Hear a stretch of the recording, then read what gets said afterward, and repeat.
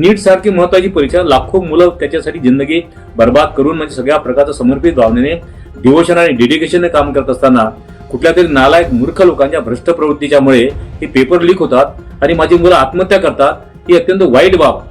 माझं सरकार हे संवेदनशील का नाही?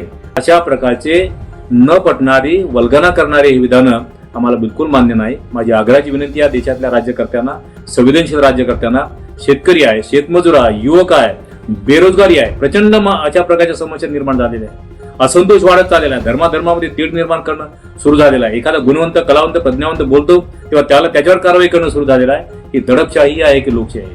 हे लोकतंत्र आहे खऱ्या अर्थाने सरंजामशाही आहे? त्याचा गांभीर्याने विचार करावा, निर्णय द्यावा, नव्हे त्यांच्या वाट्याला येणारे जे हलकीचे दिवस आहे ते दूर करण्यासाठी माझ्या राज्यकर्त्यांनी त्याला मदतीचा हात पुढे करावा अशी विनंती करतो.